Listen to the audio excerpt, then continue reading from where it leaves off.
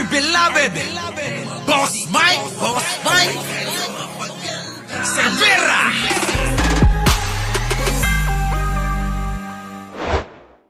Pilipinas. Substantial. Mga kababayan, ito good news mga kababayan. Good news! Nako, hahabol na tayo sa mga karatig nating mga bansa. Oo, tignan ninyo mga kababayan. Kahit pa saan, Amerika, Europe, South America, North America, Atlantica, Antarctica, Europa. Ay, nako mga kababayan. Bahala na kayong magdagdag dyan sa mga nabanggit ko, Eto, good news po. Plano, baeka mo, Sara Duterte, o makinig ka rito. Eto na, plano ka mo, di ba? Pasok! Siguro within the next 3 years, ang peg ko, Singapore, as cashless as possible. Ang pagbabayad online na lang, will it stop corruption? May study po kaming present kay Presidente. Yung bang pagtaas ng digital index mo, bumababa yung corruption. Tumataas yung GDP, tumataas yung ekonomiya ng bansa. Ease of doing business. President Ferdinand Marcos Jr. has appointed Henry Aguda as the new Secretary of the Department of Information and Communications Technology in the Philippines. A tech visionary, Aguda is the former president and CEO of Union Digital Bank and a former CTO of Union Bank, known for spearheading digital transformation in the banking industry. Karapatan ng bawat Pilipino na magkaroon ng internet access. Dapat. Nasa batas yan. Paano natin gagawin ito? One is, pag lahat yan nagawa mo, walang sulok ng Pilipinas na hindi magkakaroon ng signal. Ano ngayon na magiging benepisyo nito sa mga kababayan natin Pilipino? Ang BPO industry, mga nasa 2 million. Lumalaki pa rin yan. Pero may portion doon, mas malaki. Mga 6 to 7 million. Freelancers. Pwede dumobli yan Connectivity, kaakibat yung trabaho. After trabaho, investment. Eventually, the world can be your market. Ito yung sweet spot natin, digital revolution. This is the start. Ang Pilipinas kasi, 7,000 islands. Diba? Okay. Pwede kang mag-drone. Kailangan mo lang ng signal. Kaya ba yun? Yung technology ngayon, ibang klase na From autonomous driving vehicle, to drones, to AI, democratization of intelligence. Talagang tumatalino ang tao pag may AI. Ang Pilipino, may natural talent din yan sa AI. So how can we harness this natural talent? Paano dapat ba natin tanggapin yung bagong teknolohiya na AI? Good news! Hi, this is Sec J. Ruiz, aka Mr. Good News, ang maghahatid ng lahat ng pinakamagagandang balita na dapat alam mo at napapakinabangan mo. Sa unang pilot episode natin ngayong araw ay makakasama natin ang ating mabuting kaibigan. Walang iba po kundi si Secretary Henry Aguda, aka Sec A. Yeah. Magandang umaga, Sec Henry. Thank you for having us here. Dito sa bago nating pagsiservisyo, Sec, anong plano mo naman para sa sambayan ng Pilipino? One is connectivity. Kailangan magkaroon ng internet access lahat ng Pilipino. Nasa batas yan. Halos maganda yung coverage. Metro Manila, papunta. May nag-text mga kababayan, si Sara Duterte nanonood daw. Sara, ewan ko kung kayang abutin ng utak mo yung mga naisip nito, Sara. Pero Sara, huwag kang mag-alala. Oo, huwag kang mag-alala. Iwasan mo lang ang pangungurakot at tumutok ka lang sa mga libro at o kaya manood ka sa akin lagi, Para naman, nang sa ganon, matuto ka. Eto na.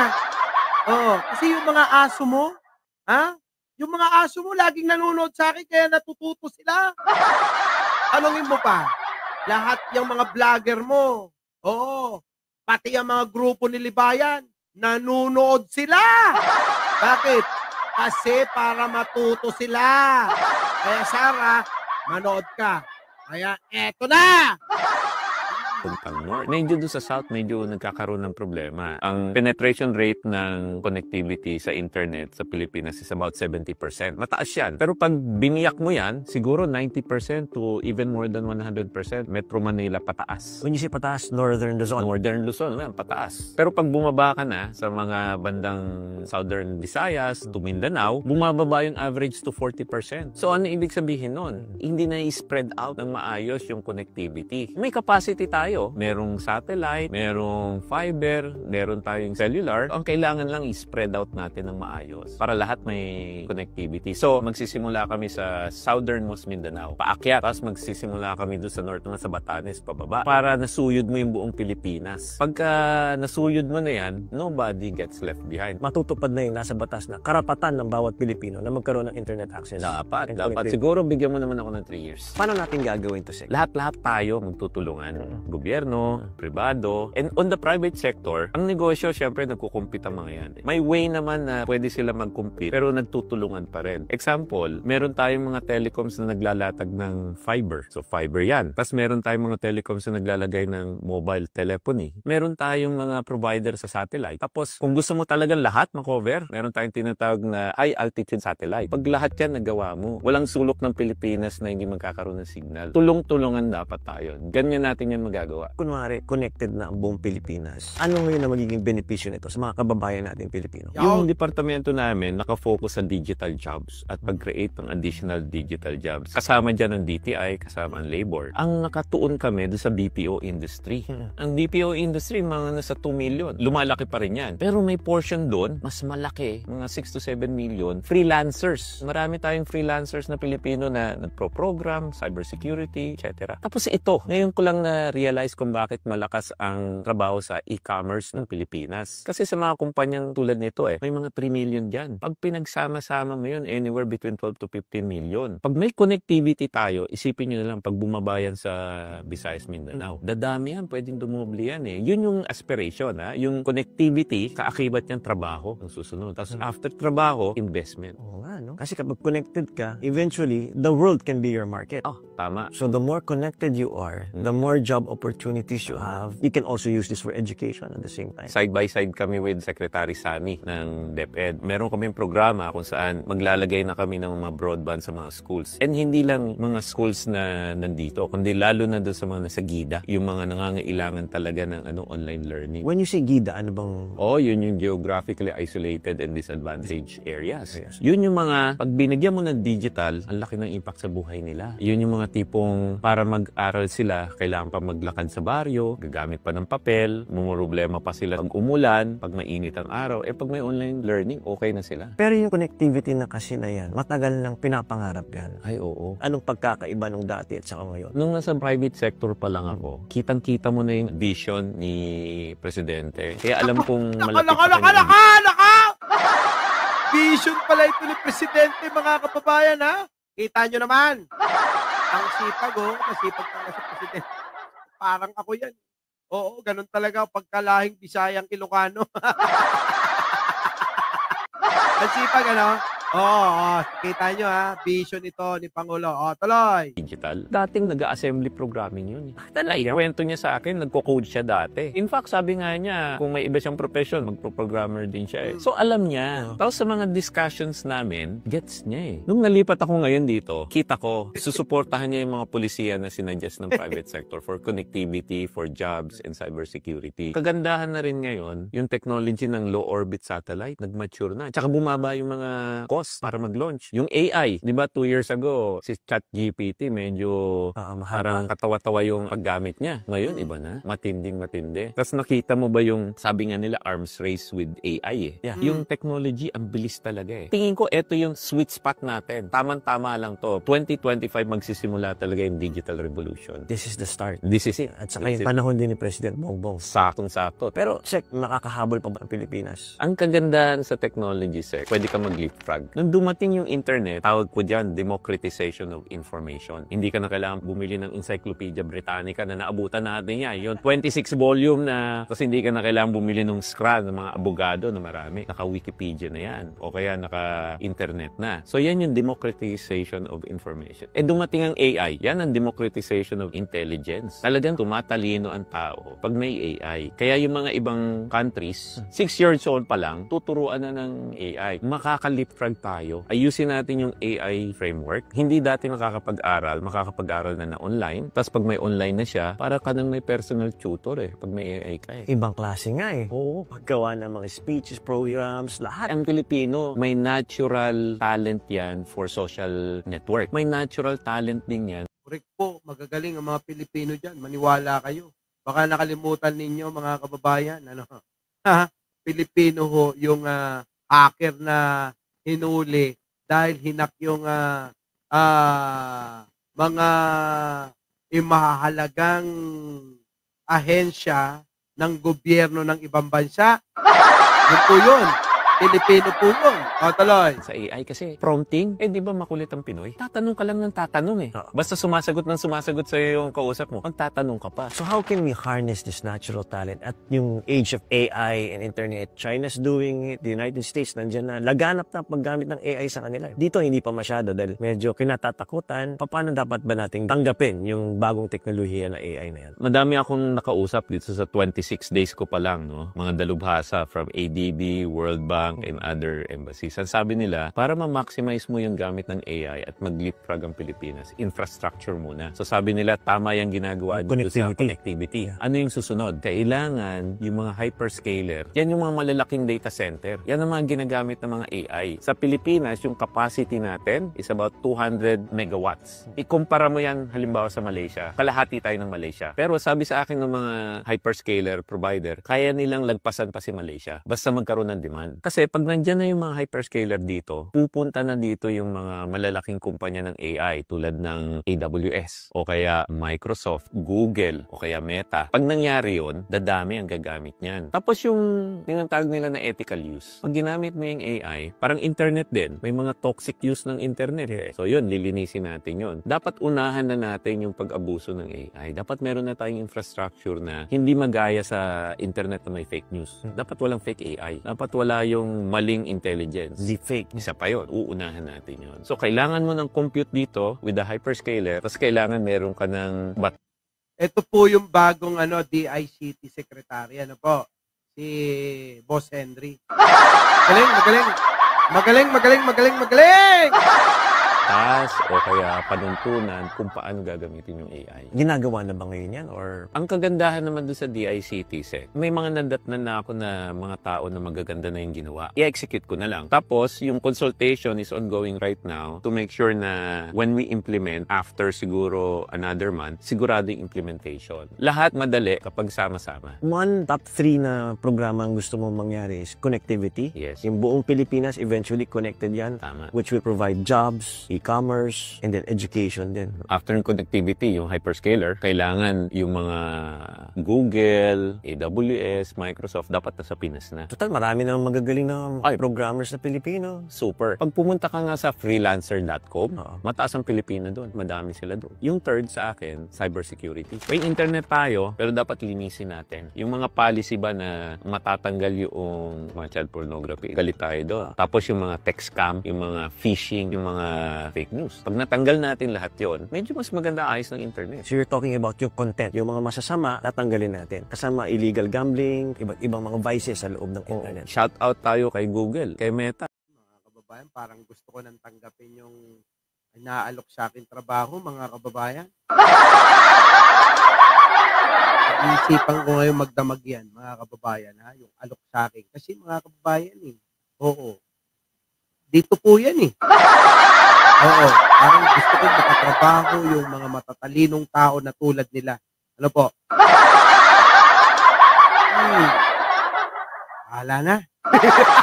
Sige, tuloy. Sabi na, they'll cooperate. Manilinis tayo agad. Malilinis yun, oo. Nakausap mo sila. In fairness to them naman, they're willing to talk. Galing nga, sunod-sunod nga eh. Kahapon, nandun ako sa US Ambassador's Residence, si Ma'am Mary Kay. Tapos may kasama siyang 3 senador doon. They know the importance of keeping the internet clean. Huwag kang mag-alala, Maring Linda.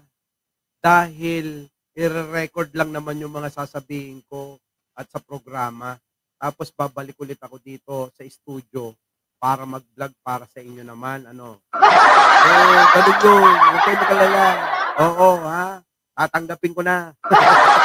Tuloy. If any bad actors. Anong tulong pwedeng gawin sa atin? Tatanggalin agad yung mga fake news. Yung mismong AI nila, nagbigay na ng recommendation kung paano tanggalin. Yung AI nila mismo, sinasabi, kaya nilang linisin. Sa amin din sa PCO, we're trying to come up with an operational framework kung paano ba mapabilis yung pag-take down ng mga fake news. Nag-usap kami ng Yung mga nagtatanong kung bakit ganito yung suot ko, pwede ba umpisahin nyo sa umpisa para malaman nyo? Meron kasing explanation ito kung bakit nakaganito yung damit ko. Sige na tuloy. mga platforms. Tapos in-explain ko sa kanila. Masyadong mahaba yung... Panoorin nyo mga kababayan at magbibihis lang ako, ha? Magbibihis na ako. Tuloy. 3 weeks. Kumalat na yun eh. Damage done. In the news cycle ng social media, isang araw nga lang, mahaba yun. Nakinig naman sila. Tapos sabi ko sa kanila, alam mo, pag sinabi na ng PCO na fake news yan, covered na kayo dyan. Kasi duly authorized yan eh, to call out yung fake news. At the same time, in presumption of regular duty yan eh. Nag-agree naman sila. So yung weeks, naging 2 days. Mabilis na. Sinulatan niya ni ASEC Aboy Paraiso. Siya ngayon ang custodian namin ng CICC, Cyber Investigation Coordinating Center. Sila yung naghahabol sa mga ganyan. Dapat real time. So, Narinig nyo ba yon? Narinig nyo yung pangalan na yon, mga kababayan? Narinig nyo? Narinig nyo? Magpapalit na sana ako eh. Kaya lang, narinig ko yung pangalan ng best friend natin eh. Eto. Narinig mo ba, Makiliti? Eto. Wait. Ano ba yung sabi? duly authorized yan eh, to call out yung fake news. At the same time, in presumption of regular duty yan eh. Nag-agree naman sila. So yung weeks, naging 2 days. Mabilis na. Sinulatan niya ni ASEC. Yan! Kilala nyo yan, di mo ba mga... Kilala nyo boss ng boss. Nakikita nyo, gwapong-gwapo, mga kababayan, alam nyo na. Alam nyo na. Ayan na nga, Makiliti, Yan! Eto na, mga kababayan, malupit. Oo, ang daming tinutulong ho niyan ni Attorney Aboy Paraiso sa gobyerno para sa mga ganitong proyekto. At mga kababayan, kita nyo naman, napakalaki ng ambag niyan para magawa nating lahat ito. Sana suportahan natin. Ano po, mga kababayan? Pasok! ASEC Aboy Paraiso. Siya ngayon ang custodian namin ng CICC, Cyber Investigation Coordinating Center. Sila yung naghahabol sa mga ganyan. Dapat... Nako, yan na nga ba sinasabi ko? Sige. Tuloy! Real time. So yung 48 hours dapat mapaiksi pa. More than that, pag ginamit nila yung AI nila, proactive. Sa platform mismo nila, dapat sila na yung nagte-take out pag sinabi na nung AI nila na fake news. Dapat agad-agad matitake down na. At saka sa akin naman, ang commitment ko sa kanila, pagmamalaki ko sila. Pag nagawa nila yan, di ba? Parang may niluluto or mga proposals na magkaroon ng European Digital Services Act, batas na i-regulate yung mga platforms. Pabor ka ba dyan, Sir? Hindi ko pa nakita yung final bill. Nasa consultation pa lang sila. Okay sa akin yun para malinaw yung batas. Pero sabi ko naman sa mga platform, huwag na nating hintayan lumabas yung batas. Mag-comply na kayo. Depende yung evolution ng batas doon sa behavior ng mga platform. Umaasa pa rin ako na they will come together, the platforms, and they will come up with their own ethical guidelines. Alam mo, ginawa na nila sa ibang bansa yan. Yun na nga. And I really trust them that they will do the same here in an emerging democracy like ours. Kasi ang laki rin ng impluensya, no? Pag kunwari may fake news, talagang nakakatakot din minsan eh. Pag kunwari, sinabi, may bomba sa ganito. Alam naman natin fake news yan. Pero may mga ibang tao naniniwala pa rin. O kaya yung mga deepfake, may mga ginagamit na mukha na hindi naman sila talaga yun. Maraming nag-i-invest dahil nga doon sa credibility ng tao. Hoy, Direk Freddy. Alam mo na, Ito ang dumadalaw rito sa channel ko, huwag ka magko-comment. Kasi nadadamay ka. Yung mga dati mong kasama. Oo. Tignan mo, lahat na lang ng mga nalalapit sa akin ba, binabanatan nila. Hindi naman pwedeng ganun eh. Ang kasalanan ni Pedro, kasalanan ni Pedro. Ang kasalanan ni Juan, kasalanan ni Juan. Mag-live ka na. Langya ka. Tagal-tagal mong hindi nagla-live Wala kami mapanood na iba. Kaya yung iba, mga subscriber mo, nagtsatsaga dito sa channel ko. Tuloy. Na hindi naman pala siya dahil nga sa deepfake. Eleksyon. Nag-deepfake sila sa isang kandidato. Etong botante, naniwala, bumoto ng mali. Dalawang biktima yon. Maraming napeperwisyo dyan. Kaya kailangan talagang linisin yung ganyan. Oo. Alam mo, sa ibang mga bansa, pwedeng i-under yan sa cyber terrorism Ang ganun? Oo. Kasi pagka nakakasakit ka talaga sa maraming tao at ang intention mo is ma-destabilize ang isang society, pinaklasify ng ganyan. At saka delikado yan. Kasi pag na-classify mo na cyber terrorism yan. Cross-border na yan. At saka continuing crime. Ibig sabihin, kahit natapos na yung ginawa mo, iisipin nila na continuing yan. May jurisdiction yan ng mga pulis. Hanggang mahuli ka. Ganong kabigat. Ganun kabigat yun. Dito sa Pilipinas, wala tayong ganyan. So far, hindi pa nakla-classify. Pero magandang idea yan. Oo, kasi talagang minsan nakakapantakot, nakakakos ng destabilization. In fact, yung mga deepfake na ganyan at saka yung mga fake news na ganyan. Kaya siguro pag-aralan yan, Sek, no, na baka pwedeng maging eventually cyber terrorist yung mga ganyang nagpapakalat ng mga fake news. Pag marami nang humihingi niyan from the public, eh bakit hindi? Trabaho natin sa gobyerno na iangat yung mga polisiyan na tama. At same time, maging warning na rin sa mga taong nagpapakalat at purveyors ng mga fake news. Ang sinasuggest ko dun sa nagpe-fake news, may tinatawag ngayon si iAcademy, namigay ng mga computers. Hindi lang yun, nagbigay sila ng scholarship. Ang tawag nila social media management. It's a short course, pero tuturuan ka paano ka maging virtual assistant or paano ka magkaroon ng influencer platform. So, pwede mong gawing trabaho. And ang kagandahan nga, natural talent ng Pinoy yan. Ang dami rin yung sa online selling, pwede rin pakitrabaho rin yan. yun, oo. One time nga, nasa Taytay ako, nakita ko yung market doon na yung mga murang bilihin ng mga damit, ganyan. Tapos meron nung isang tao, nagla-live lang siya, tapos nagbebenta siya abroad. Meron akong nakita sa Japan. Pilipino naman to, pabalik naman, personal shopper siya ng mga Pilipino. All he does is, pupunta siya sa shopping mall sa Japan, tapos sabihin ng mga viewers niya, mine. Pabalik naman, siya naman nagbebenta dito sa mga Pilipino. Isa doon sa mga responsibility ng departamento namin, yung mga couriers. Kung may connectivity ka halimbawa sa Mindanao, may mga katutubo silang gawa. Magaganda yung mga ginagawa nilang mga tela eh. Pwede na online selling yun. Tapos pag may courier service ka na, di from there, ilo-logistics na lang niya. Nung sa private sector pa ako, ito yung gusto kong pag-experimento. Drone delivery. Ang Pilipinas kasi, 7,000 islands, di ba? Okay, O pagka nag-inter-island logistics, Yan ang maganda mga kababayan. Drone delivery. Biruin ninyo, habang nasa isla kayo, na wala kayong mabili na kahit na mayroong magdi-deliver ng drone. Nako! Ayaw ni Sarah yan, mga kababayan. Ayaw nila. Ayaw nila. Tuloy. ka, kailangan mong gumawa ng daan, kailangan mong magkaroon ng seaports, etc. Pwede kang mag-drone. Island, drone to drone. Malalaki na yung technology ng drone ngayon. Galing, Pwede nga yung logistics mo. Kailangan mo lang ng signal. Kaya ba yun? Kaya yun. Yan yung technology ngayon, ibang klase na eh. From autonomous driving vehicle, to drones, to AI, lahat marami ka nang magagawa. So yung number one priority mo, pag na-connect mo lahat yan, Ay, oo. napakaganda pala niyan. Kayang-kaya in 3 years yan pagsama-sama natin gagawin yan. So far, nasaan ka na sa plano na yan? Tinutuloy ko yung programa ng dating DICT. Marami na rin silang na-deploy na Wi-Fi. This year, meron kaming partnership with DepEd. Magdi-deploy kami ng mga low-orbit satellite naman sa mga schools. Tapos meron kami yung bagong-bago lang na in-approve ni Presidente. One SIM. Paano yan? Kapag eskwelahan ka, yung mga telco magpro-provide sa'yo ng mga SIMs para may kabit mo doon sa telepono mo or dongle para makakonect ka. Siguro ang target natin doon na implement is mga June or July. Pag nangyari yan, kung wala ka mang fiber, meron ka ng SIM. Kung wala ka namang SIM, mobile telephony, meron ka namang low orbit. So, tatlo na yan, diba? So siguradong makakakonect ka. Oo, dapat. Yung mga telco naman, nakuha ko yung commitment ng mga telco. Ang isa na lang na kailangan nating isolve, yung device. Kaya doon sa iAcademy, namagay kami ng laptop. Tapos yung mga telco naman, nagsasabi, susubukan nila na i-package doon sa deal some cellphones. I-bid out natin yan, lahat yung competitive bidding. Tapos pagalingan sila kung ano mas pinakamaraming value mabibigay doon sa citysets. Galing. Sek, kilala ka kasi bilang presidente dati ng Union Bank na nagpalakas na kanilang digital banking.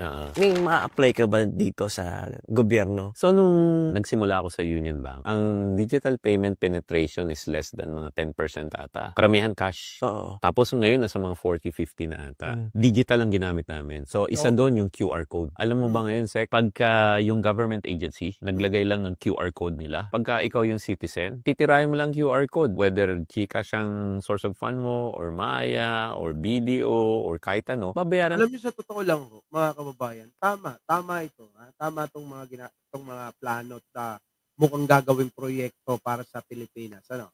Kasi sa ibang bansa, sa totoo lang, CCR ka lang sa Europe, pwede ng card eh. Tatap mo lang mga kababayan, yung card mo, huwag kayong matakot, hindi mababawasan ng sobra-sobra. Kung magkano lang yung presyo ng bayad sa pag-CR mo, yun lang yung mababawas eh. Mga kababayan, ang galing. Oo. Sa ibang bansa nga mga kababayan, tap-tap na lang din eh. Wala na kayong makikita na na pera na hawak nila. Puro card. Pati nga mga kababayan, pag sakay nyo sa basa Hong Kong, pag sakay nyo sa Macau, mga kababayan, puro card na lang eh. Ang galing no? Ang galing. So mga kababayan, sa totoo lang, hindi nagawa ni Digong yan. Na dapat mga kababayan, abay, dekada na ginagawa ng ibang bansa, tayo naupo na si Digong, wala pa ring nagawa. So ngayon, mga kababayan, ayaw naman ni Pangulong Bongbong na mapag-iwanan ang Pilipinas sa mga ganyan, kaya eto na yung ginagawa nila. No, mga kababayan, lahat ng ibabayad ninyo, mga kababayan, tap-tap lang! Oo. Ano mga basher? Yung mga basher kumpan ko, ano? Tuloy. Habol tayo, hahabol tayo. Dati kasi, puro cheque ang ginagamit. Ngayon pwede na. Yon, ilalabas namin na parang department order sa DICT. Dati cheque-cheque pa yung mga kababayan. Minsan kapag nanakaw pa yung cheque nyo, tapos na yung pirma nyo. Di ba? Nagaya yung pirma nyo, yari kayo. Dito mga kababayan, kakaiba na to. Kailangan may OTP lang. Okay na, OTP lang, i-approve nyo. Tapos, bayad na. Agad-kagad. Ayos na agad. Wala nang maraming satsat. Wala nang maraming cheche-boreche. Ngayon kasi mga kababayan, napag-iwanan na talaga tayo eh. Ginawa ni Digong mga kababayan ang pinagtuunan kung paano manlalamang sa kapwa eh. Opo, sa totoo lang. Di po ba? Ngayon, at least, kita nyo naman, ngayon ang tanong, ano ngayon yung sinasabi ni Sara Duterte na wala daw plano si Pangulong Bongbong? Sara, mahiya ka naman Mahiya ka na. Kita mo naman, eto pa lang yan sa totoo lang napakarami ko pa ritong nakahanda. Doon sa sinabi ni Sara na wala daw plano si Pangulong Bongbong at gobyernong ita. Di po ba mga kababayan? Grabe, no? Tuloy. Lahat dapat QRPH payment. Sample muna kami kasi sabi ko sa DICT, we lead by example. Tayo muna. Tapos pag gumana na, flawless yan, then we will talk to DOF. Baka pwedeng across na. Ito nga yung kinagawian ng industriya, gagawin mo lang digital, magagawa yan. Like yung cheque, kami nag-introduce kasi yung kukunan mo na lang ng picture, yung cheque, tapos transfer na. So, Lupit. Nagulat nga ako nun. Diba? Naalala mo dati, yung community watch. Galing, no? Galing, no, mga kababayan? Galing. Very good. Ang galing-galing nyo. Ang tawag natin doon, yung barangay tanod. Rumoronda sila. Ikaw muna sa Martes, ako muna sa gabi. Tapos gabi, umiikot ka. Kaya nang gawin sa digital yan. Ang gagawin lang natin, maglalagay lang tayo ng mga digital camera. Kasi marami na nagkalat ng mga camera na ngayon. Kung ikaw nakatoka ngayon na barangay tanod sa araw na to, doon ka lang sa bahay mo. Meron ka computer, makikita mo lang yung camera. Pag may nakita ka na gumalaw na masama dyan, lalagyan mo lang ng button, pipindutin mo, pupunta sa pulis, kukunin siya. Nandun ka pa sa bahay mo. Yan ang tinatawag ko na digital barangay tanod. Yung mga ganun bang idea, hindi lang ako dapat ang mag-isip niyan. Maraming mga kabataan ang nakakaisip ng mga ganyang modelo. May iba nga inisip nila drone. O di may ganyan, pindutin mo, lilipad yung drone. Pwede na. Ganda nun, Kaya nga ang sabi ko sa kanila, ang commitment ko sa inyo on e-governance, kung may ahensya na kailangan ng technical assistance namin, tutulungan namin. Galing. Pero lahat yan, 1,400 agencies, hindi namin magagawa lahat yun. Kailangan bayanihan tayo doon. For example, BIR. Oo. Pwedeng ang bayad mo hindi na lang check or manager's check. Oo. QR code na lang. Kahit nasa bahay ka, pwede mong bayaran yung taxes mo. Meron ka. Correct. Hindi ka napipila ng haba-haba. Hindi yung ginawa sa atin ni Digong. Ano, mga kababayan? Galing, no? Galing-galing. Kaming ginagawa in cooperation with them, yung mga e-receipt, yung mga ganyan. Kami po tutulungan namin sila tuloy-tuloy. I think they're doing already the necessary changes to effect better tax collection and automated. Kapag ganyan, ang pagbabayad online na lang, will it stop corruption? Feeling ko kasi may corruption dahil yung sistema medyo butas ng konti. Pagka meron kang loophole sa sistema, nagkakaroon ng temptation eh. Hindi po natin maaalis talaga sa hirap ng buhay ngayon. Baka may attempt. Okay. Diba? Oo. Pero pagka digital na lahat yan, Yan. at saka mabilis, Yan. wala na yung tinatawag kong witching hour. Yung matetempt ka. Pag mabilis yung transaksyon, tingin ko substantially bababa yung corruption. May Correct. study po kaming Totoo ho yan. Kaysa ho dala-dala nyo yung pera, minsan ho kukupitin pa. Pero kapag QR code na lang, ano po, naku mga kababayan, paano pa dadaan sa kamay niya yung pera? Diba? Hindi na siya matutokso pa. Kaya nga ho mga kababayan, pansinin nyo si Sarah. Diba? Hindi ho ganyang teknolohiya. Anong ginawa niya? Diba? Gumawa lang ng mga pangalan na chicherya. Tapos kinuha na ho yung pera. Eto, wala nang lusot pa mga kababayan. Si Sarah makakalusot pa. Kaya nga ho ayaw na ayaw nila si Pangulong Bongbong dahil sa mga naiisip niyang programang tulad nito. Bakit ho? Hindi na makakakupit ng pera si Sarah. Lord. present kay Presidente, yung bang pagtaas ng digital index mo, bumababa yung corruption. Sa mga first world countries, that's the effect. Hindi, lahat. Across yan. Doon sa corruption index, pag minapa mo yung digital index, yung corruption index bumababa. Inverse relationship talaga siya. Tapos, habang tumataas to, bumababa corruption, tumataas yung GDP, tumataas yung ekonomiya ng bansa. Ease of doing business. Do you see a time na magiging cashless na ang pagbayad dito sa Pilipinas? Eventually, in our time, sa panahon po ni President BBM. Baka hindi totally, pero substantially siguro within the next 3 years. Kasi ngayon, sabi ng BSP, nasa 40%. Siguro abot tayo ng 60-70. Mataas na. Pagdating sa government transactions, digital na ang pagbayaran. Oo. Ang peg ko, Singapore. Talagang as cashless as possible. Talaga? Kung ang peg natin Singapore, tingin ko kakayanin din natin yun. Na eventually, Ganito, nako, boss, mga boss. Alam nyo, sa totoo lang mga kababayan, kung kaya mo, ay kaya niya, at kaya nating dalawa. Magaling yan ang lagi nating iisipin pag-aseso mararating. Kung handa kang tiisin, ang hirap at pagod sa problema, huwag kang malunod. Bumangon ka at huwag lumubog pagkat ginhawa naman ang kasunod. Diba? Yun yung kanta ni Francis Magalona. Angkop na angkop sa kanila mga kababayan sa mga sinasabi nila eh. Diba? Kung kaya ng Singapore, kung kaya ng China, kung kaya ng Amerika, at kung ano bang mga bansa dyan, kaya din natin yan. Ano naman ang kaya nila, hindi natin kaya. Bakit? Immortal ba sila? Parehas din naman natin silang tao. Dati nga mga kababayan, dito pa sila nag-aaral eh. Bakit? Kasi alam nila matatalino ang mga Pilipino. Kaya lang talagang may mga asal Duterte na nagpahirap sa bansang ito. Di mo ba? Gets nyo ko, mga kababayan? Tutuloy ko na. Tutuloy ko na, ha?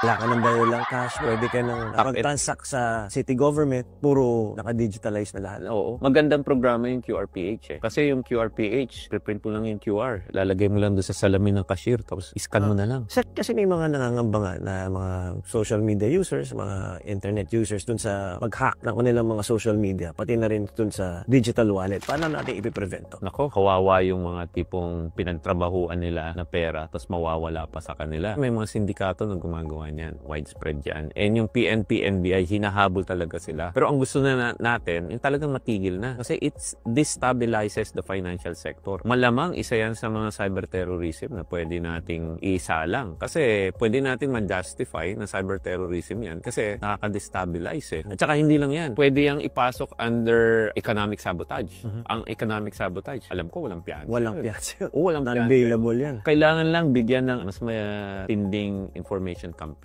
Parang kay parang kay Roque. Yung kaso niya non-bailable. Ha? Non-bailable?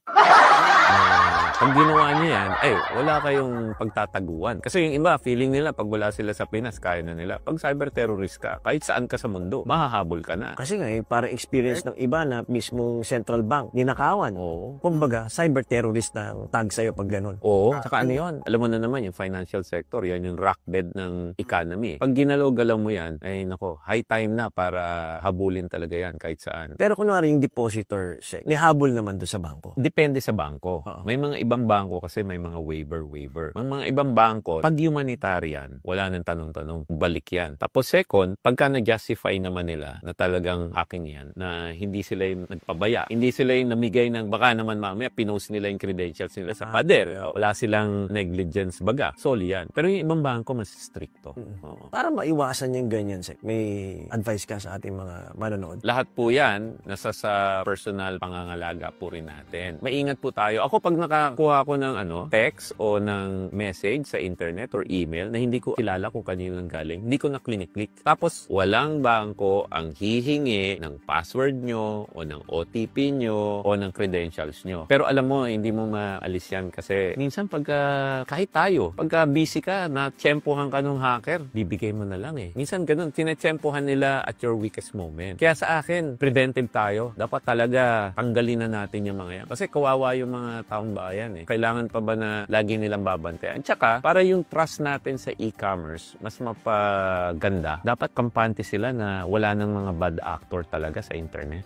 Tama. At making it that way na mas matindi ang parusa. Oo. At din madideklara kang cyber terrorist pag ginawa mo to. May isa rin, Sek, yung phishing. Kasi minsan, pag may nagpadala sa'yo, tapos may naka-attach na link, Yan. shout out to Globe. Sumunod po sila doon sa recommendation ng mga bangko na lilinisin nila yung mga phishing attacks. Ganyan. Ang kagandahan naman yan, alam ko, si Smart at saka si Dito, susunod na rin yan. Kasi nagagawa ni Globe eh. Nagsisimula sa phishing attack yan eh. Tawag yan, social re-engineering. Kunyari, Henry Aguda, tapos yung Henry niya, ibang karakter yung E. So, akala mo, siya yun. Pero actually, iba, di ba? Minamas nila. So, may mga ganyan. Pag pinagsamahan natin ng private sector, ginagawa yung utmost nila to protect, and the government naman, putting in the right policy, escalating yung mga hacking and phishing as cyber terrorism para mas mapaintig yung paghabol sa kanila, matatanggal po natin yan. Bilang pa ng huling mensahe na lang, Secretary, anong gusto mong sabihin sa ating mga manonood ngayong araw? Sa bagong Pilipinas, dapat po sama-sama na po tayo. Baguhin natin ang salaysay ng lipunan. Hindi tayo nag-aaway-away, kundi nagbibigay sa isa't isa. At saka marami po tayong mga Pilipino na kailangan talagang makilahok sa pag-angat ng ekonomiya. Dapat sa Yan ang sinasabi ko, mga kababayan. Kailangan po lahat makilahok. Hindi po gobyerno, hindi lang si Pangulo, hindi lang po sila Lahat tayo, mga kababayan Di po ba? Kaso itong mga kampo ng Duterte ayaw makisali. Lalong-lalo nito si Sara Ang gaganda ng mga proyekto ng gobyerno, sinisiraan pa Kita niyo, mga kababayan, sinabi niya kanina. Tandaan niyo ba? Ayan yung nakanganga siya. Pasok. Ng tatay ni Inday Sara. Kita nyo, pagmumukha lang niya, mga kababayan, Hindi ko na alam kung ano ba talaga ang plano ng administrasyon na ito para sa bayan. Kita nyo, hindi ko na ba alam kung ano nga ba ang plano ng administrasyon na to para sa bayan. Kita nyo, mga kababayan, yan pa. Kita nyo, Sarah, hindi niya alam. Dahil wala naman tayong nakikitang pagbabago. Wala naman tayo nakikita pagbabago. No more. Eto pa, Sarah. Meron pa.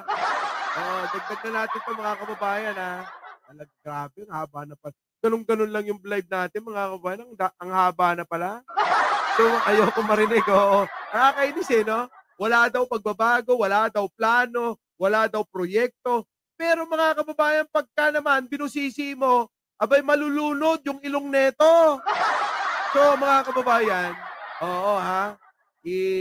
mag-a-upload na lang tayo ng mga reaksyon natin patungkol sa mga ito, mga kababayan. Dahil gumagabi na, ako'y uuwi na, tapos na ang saya, balik kay Jen Angeles na, at bukas ng umaga, uulit-ulit tayo. Magla-live ako, makikinig kayo, manonood kayo, para sumaya tayo. Muli, mga kababayan, hanggang dito na lang muna at napakahaba na. Maraming salamat sa nagtiyaga. Maraming salamat sa inyong mga comment. Maraming salamat sa inyong suporta sa Bagong Pilipinas. Ano po? Muli, Mike Cervera po. Lagi nagsasabing, huwag niyong kalimutang mag-like bago kayo umalis. At laging nagsasabing, mahalin natin ang ating kapwa, ipagdasal po natin lagi ang ating bansa. Magandang umaga, magandang hapon, at magandang gabi. Sa mandako ng mundo, naroon kayo. Siyempre, magandang buhay na rin para sa ating lahat. Our beloved Boss Mike, Boss Mike.